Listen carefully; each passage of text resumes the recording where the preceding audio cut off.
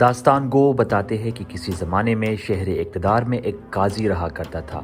قاضی انتہائی ایماندار، محنتی اور اصول پسند تھا۔ حلقہ احباب ہو یا شہر کے رئیسوں کی محافل ہو، ہر جگہ قاضی کا طوطی بولتا تھا۔ قاضی وقت جب عدالت میں تشریف آوری کرتے تھے تو ازراہ احترام دوسرے قاضی سرنگو رہتے تھے، اور تو اور قاضی ارباب اختیار کی آنکھوں میں آنکھیں ڈال کر بات کرتے تھے، بلکہ ارباب اختیار نے تو قاضی کو رام کرنے کے لیے عدالت عظمیٰ میں ریفرنس بھی بھیج ڈالا تھا۔ لیکن قاضی تھے کہ بے ساختگی اور بے باکی سے ان کی کمزرفی، بے غیرتی اور تباہکاری کو بے نقاب کرتے چلے گئے۔ قہر تو یہ تھی کہ خاک وطن نے قاضی کی مثل کا ثبوت پہلے کبھی پیدا نہیں کیا تھا کہ جس نے جبری گمشدگیوں، ابلاغ کی آزادی، پارلیمنٹ کی بالادستی، سیاسی انتقام، مذہبی انتہا پسندی اور فوجی مداخلت کے حوالے سے بغیر حرص کرم یا خوف خمیازہ کی اتنی مضبوط پوزیشن لی ہو۔ لیکن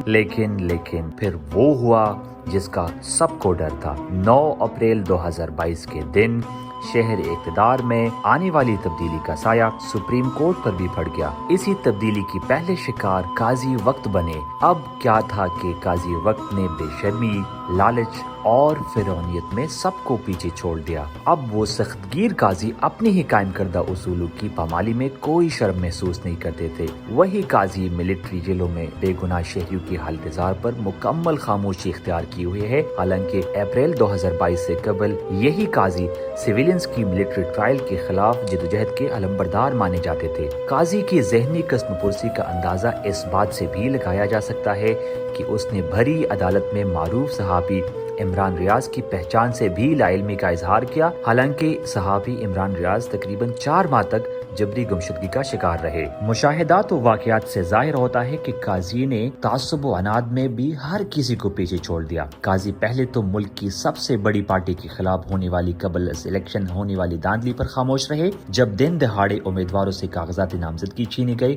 بلکہ حیرت تو یہ تھی کہ قاضی نے دباؤ کے تحت پارٹی چھوڑنے والوں یا الیکشن سے دستبردار ہونے والوں کو بھری عدالت میں مذاق اور تضحیک کا نشانہ بنایا۔ قاضی نے 13 جنوری 2024 کی رات سے پاکستانی عوام کا مجموعی بلاత్కాر اس وقت کیا جب اس نے انتہائی لغو وجوہات کی بنیاد پر پاکستانیوں کی سب سے مقبول جماعت کو الیکشن سمبل سے ہی یعنی انتخابی نشان سے ہی محروم کر دیا، جس کا نقصان یہ ہوا کہ کروڑوں پاکستانیوں کو حق رائے دہی سے تقریباً محروم کر دیا گیا۔ اور تو اور قاضی نے 25 کروڑ کے ملک کی بدنصیب باسیوں کو بیل بکریاں سمجھتے ہوئے پاکستان کی موجودہ سیاسی تاریخ کے سب سے بڑے دھوکے کو نہ صرف تسلیم کیا بلکہ اس دھوکے کو ایکسپوز کرنے والے کمشنر راولپنڈی لیاقت چھٹا کے اعترافی بیان کو پاؤ تلے رون ڈالا اور اتنے اعلیٰ سرکاری آفیسر کی گمشدگی پر بھی خاموشی اختیار کی رکھی۔ یہ دھوکہ تھا 8 فروری 2024 کی الیکشن کا، جب راتوں رات الیکشن کے نتائج کو تبدیل کرنے کے لیے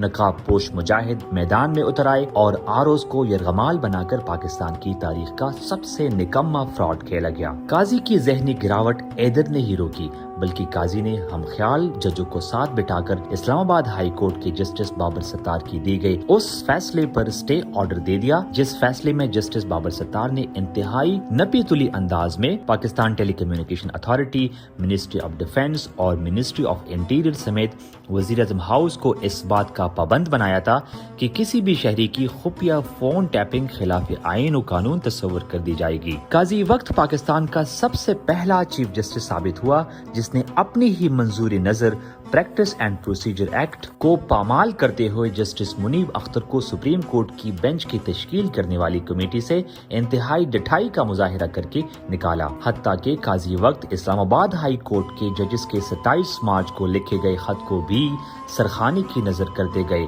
جس میں ان ججز نے انٹیلیجنس ایجنسیز کی طرف سے ہراسگی اور دباؤ اور مداخلت کی انتہائی سنگین انکشافات کیے تھے۔ آئینی و قانونی ماہرین کا خیال ہے کہ قاضی وقت بدنام زمانہ جسٹس منیر کا جدید ورژن ہے، بلکہ ان سے بھی 2 قدم آگے، کیونکہ جس طمانیت، لاپرواہی اور بے رحمانہ طریقے سے آئین کی پامالی قاضی وقت جسٹس فائز عیسیٰ کے دورانیے میں ہو چکی، اس کی مثالیں صرف اور صرف بدترین آمریت یا بادشاہی نظام میں دیکھنے کو ملتی ہے۔ تو پھر یہ وجہ ہے کہ جسٹس منیر کی روح کو جتنی تسکین قاضی فائز عیسیٰ نے پہنچائی ہے، شاید ہی ضیاء الحق یا جنرل مشرف نے پہنچائی ہوگی۔